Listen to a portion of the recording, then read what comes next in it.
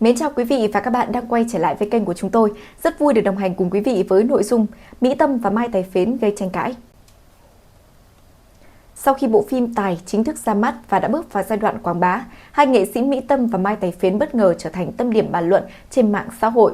Không chỉ xoay quanh nội dung và chất lượng của tác phẩm điện ảnh này, nhiều cuộc tranh luận còn tập trung vào những khoảnh khắc tương tác khá thân mật giữa hai nghệ sĩ nổi tiếng trong chuỗi sự kiện Cine Tour và các buổi giao lưu với khán giả tại nhiều rạp chiếu. Trong những ngày gần đây, Mỹ Tâm và Mai Tài Phến thường xuyên xuất hiện cùng nhau tại các sự kiện quảng bá, chia sẻ hậu trường thực hiện phim cũng như những trò chuyện với khán giả sau suất chiếu. Tại các buổi giao lưu, cả hai thể hiện được sự thoải mái, gần gũi khi tương tác trên sân khấu, thậm chí là có những khoảnh khắc được người hâm mộ nhận xét là khá tình cảm. Những hình ảnh và video này ghi lại các khoảnh khắc nhanh chóng được lan truyền rộng rãi trên các nền tảng mạng xã hội và kéo theo rất nhiều những ý kiến trái chiều từ cộng đồng mạng. Một số khán giả cho rằng sự xuất hiện dày đặc của các thông tin xoay quanh mối quan hệ giữa hai nghệ sĩ đang phần nào lấn át nội dung chính của bộ phim Tài. Theo những quan điểm này, trong khi rất nhiều những bài viết đánh giá cho rằng tác phẩm chưa thực sự nổi bật về mặt kịch bản hay là cách kể chuyện, thì câu chuyện xoay quanh mối quan hệ của hai diễn viên nổi tiếng lại được nhắc đến liên tục trên khắp các nền tảng truyền thông và mạng xã hội. Điều này khiến cho một bộ phận khán giả đã đặt ra câu hỏi liệu yếu tố tình cảm cá nhân có đang được tận dụng quá như là một chiến lược quảng bá cho dự án điện ảnh hay không. Trên nhiều diễn đàn phim ảnh, không ít những ý kiến cho rằng việc truyền thông tập trung vào mối quan hệ riêng của Mỹ Tâm và Mai Tài Phến khiến cho khán giả có cảm giác câu chuyện hậu trường đang được đẩy lên mạnh hơn cả so với việc giới thiệu chiều sâu nội dung của bộ phim này. Một số bình luận cũng cho rằng chiến lược quảng bá này có thể khiến cho người xem kỳ vọng nhiều hơn vào yếu tố chemistry giữa hai diễn viên thay vì là chú ý hoàn toàn đến câu chuyện điện ảnh ở trong phim.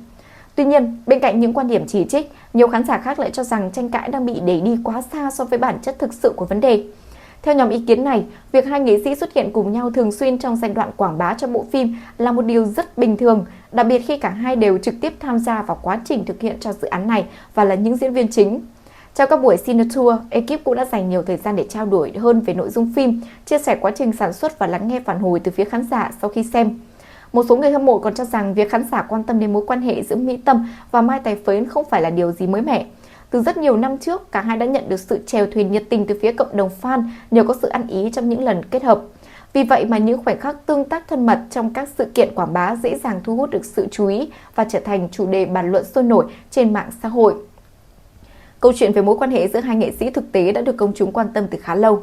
Tên tuổi của họ bắt đầu được nhắc đến cùng nhau nhiều hơn sau khi đã cùng xuất hiện trong MV Đừng Hỏi Em, một sản phẩm âm nhạc gây chú ý của Mỹ Tâm. Sau đó thì cả hai tiếp tục hợp tác trong một bộ phim điện ảnh Chị trợ lý của anh, dự án do chính nữ ca sĩ đảm nhận vai trò đạo diễn và nhà sản xuất. Từ thời điểm đó, mỗi lần mà hai nghệ sĩ này xuất hiện cùng nhau tại các sự kiện giải trí đều thu hút sự chú ý lớn của công chúng nhờ sự thoải mái và ăn ý trong cách tương tác. Khi mà dự án phim Tài được công bố, cộng đồng người hâm mộ cũng đã vốn yêu thích cặp đôi này nhanh chóng bày tỏ sự quan tâm nhiệt tình. Trên các nền tảng mạng xã hội, nhiều hội nhóm đẩy thuyền dành cho Mỹ Tâm và Mai Tài Phến đang hoạt động sôi nổi, liên tục chia sẻ về hình ảnh hậu trường, video giao lưu và các khoảnh khắc thân thiết của hai diễn viên chính, hai nghệ sĩ trong quá trình quảng bá cho bộ phim. Trong một số buổi giao lưu với khán giả, Mai Tài Phến cũng đã chia sẻ về sự hỗ trợ của đàn chị Mỹ Tâm trong suốt quá trình thực hiện dự án. Nam diễn viên cho biết anh cảm thấy yên tâm hơn khi mà có Mỹ Tâm đồng hành trong vai trò là nhà sản xuất. Theo lời chia sẻ của cá nhân anh, trong quá trình quay phim cũng có những bối cảnh cách xa khu vực theo dõi màn hình, thế nên việc kiểm soát cảnh quay gặp không ít những khó khăn. Nam diễn viên kể rằng trong nhiều ngày quay, anh cũng đã phải nhờ Mỹ Tâm có mặt tại hiện trường để có thể theo dõi và hỗ trợ sát sao. Vừa rồi là những thông tin mới nhất được cập nhật trên kênh của chúng tôi. Cảm ơn quý vị và các bạn đã luôn quan tâm theo dõi. Xin kính chào và hẹn gặp lại.